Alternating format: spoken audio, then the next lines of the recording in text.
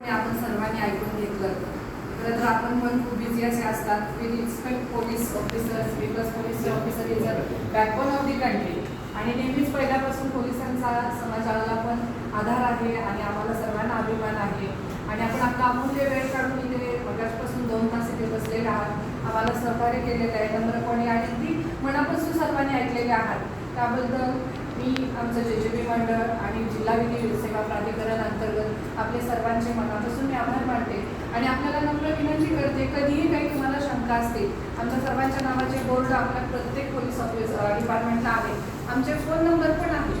विना संकोच बिनधास्तपणे आम्हाला केव्हाही तुम्ही फोन करू शकता. आमचं नेहमीच तुम्हाला सहकार्य राहील.